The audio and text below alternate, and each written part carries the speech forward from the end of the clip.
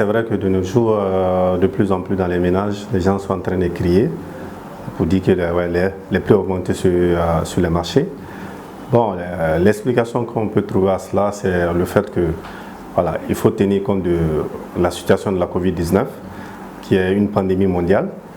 Donc du coup, ça a beaucoup ralenti l'activité économique sur le plan international. Donc du coup, le Mali étant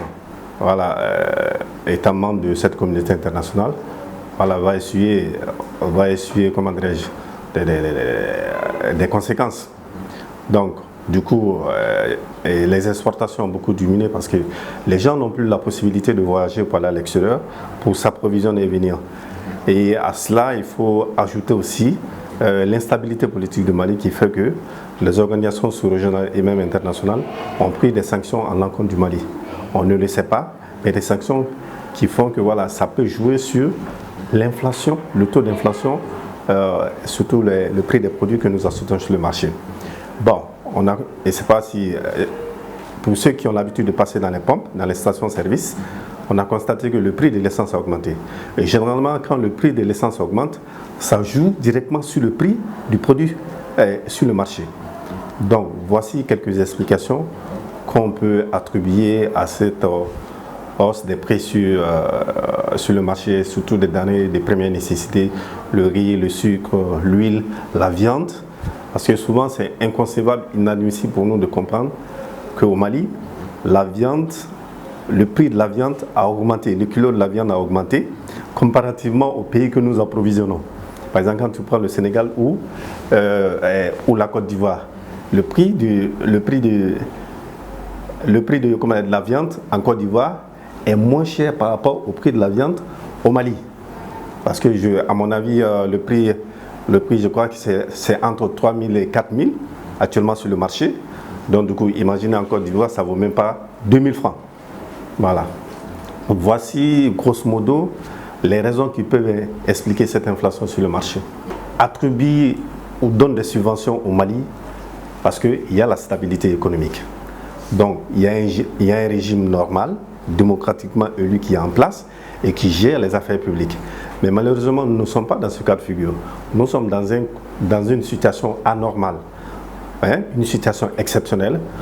Bon, les bailleurs, ils prennent du temps pour voir plus de visibilité, pour voir plus de lisibilité sur les activités gouvernementales.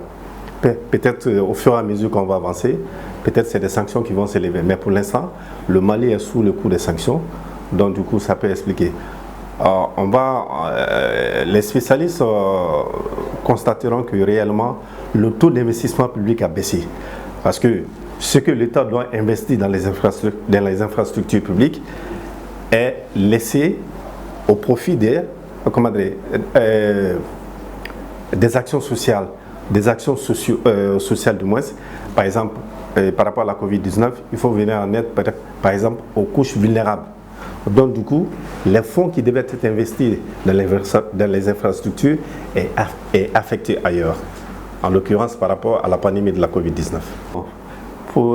Principalement par rapport à la fête de la Tabaski ou par rapport au prix du mouton, on a constaté que chaque année, à l'approche de la fête de Tabaski, le prix du mouton augmente. Mais cette année, c'est une particularité, le prix va vraiment grimper. Parce que si le prix du kilo de la viande est cher sur le marché, il va sans dire que cela va se répercuter sur le prix du mouton. Donc, il faut s'attendre. Donc, ceux-là qui doivent s'acheter un mouton pour la fête de Tabaski, ils doivent s'apprêter à débourser beaucoup. Bon, en fait, rapidement, les autorités de la transition, à mon avis, doivent aller à l'essentiel. Et pour moi, l'essentiel, c'est quoi? Organiser les élections présidentielles afin d'asseoir un pouvoir légitime. Et maintenant, ce serait autour de ce pouvoir légitime d'organiser peut-être les autres échéances électorales. Et comme ça, la stabilité politique va venir tout doucement.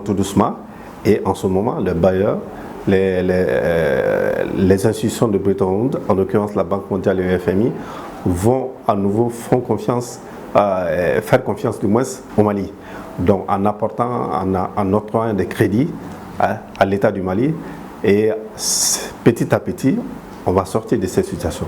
Mais l'aspect primordial, il faut sortir de cette instabilité politique.